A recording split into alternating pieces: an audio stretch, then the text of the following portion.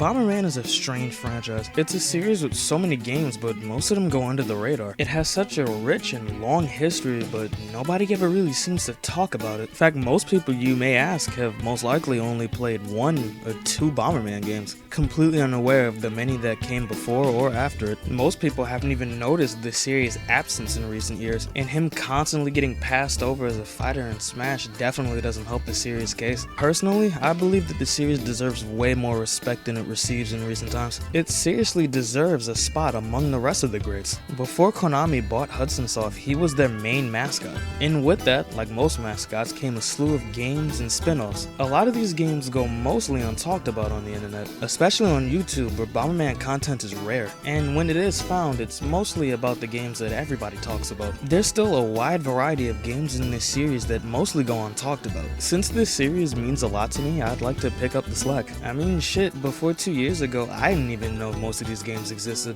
but the stories behind this series is so interesting, and there's such a strong lack of content on YouTube that talks about it that I just can't help myself. Through this series, I plan on talking about all the mainline games. The spin-offs will probably get their own series after I'm done with this one. I want to go through it all, the high points, the low points, the weird points, and even the mediocre points, starting with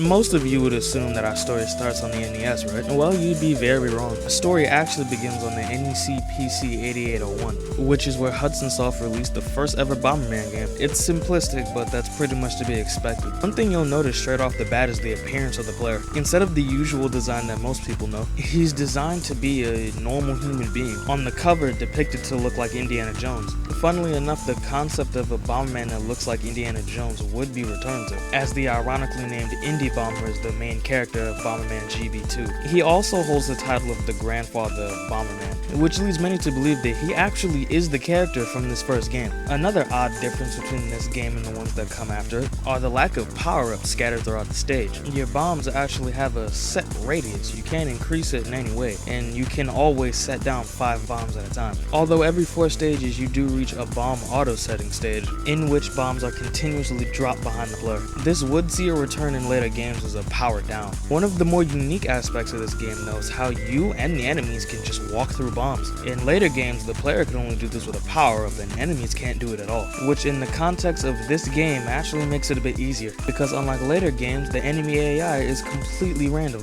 The bombs themselves in this game are also special compared to later entries. Bombs placed in between spaces on the grid will only half blast and only partially blow up the wall. It's kind of pointless in hindsight considering how you still can't pass through unless you fully blow it up. You'd expect that by now we'd be moving on to the NES, but we're not done with the computers quite yet. Next up is a game with a perspective that we'd never see tried again.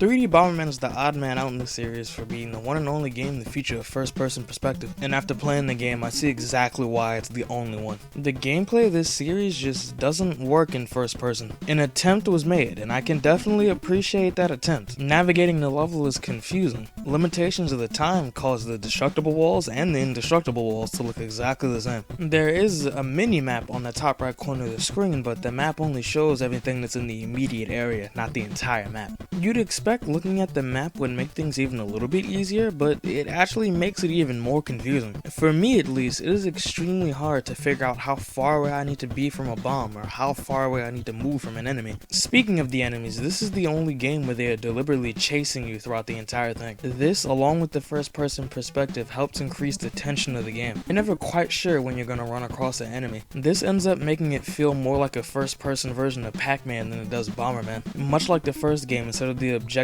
being to kill all the enemies and then reach the exit, the objective is to just reach the exit. Speaking of which, besides perspective and enemy behavior, there aren't a lot of differences between this game and the last one. Aesthetically speaking, it's mostly the same as the game that came before it. The only difference is belonging to the balloon-like enemies. Their color has changed, and in-game they actually look more square than they do circular. They only retain their balloon-like appearance on the minimap. I won't call this game bad, because with a few improvements I feel it could actually be quite quite fun. If the minimap was better and it was easier to distinguish which walls were destructible and which weren't, it would improve the game by a lot. The more tense experience that the perspective gives isn't a bad idea. There's great potential here, but the limitations of the time held it back.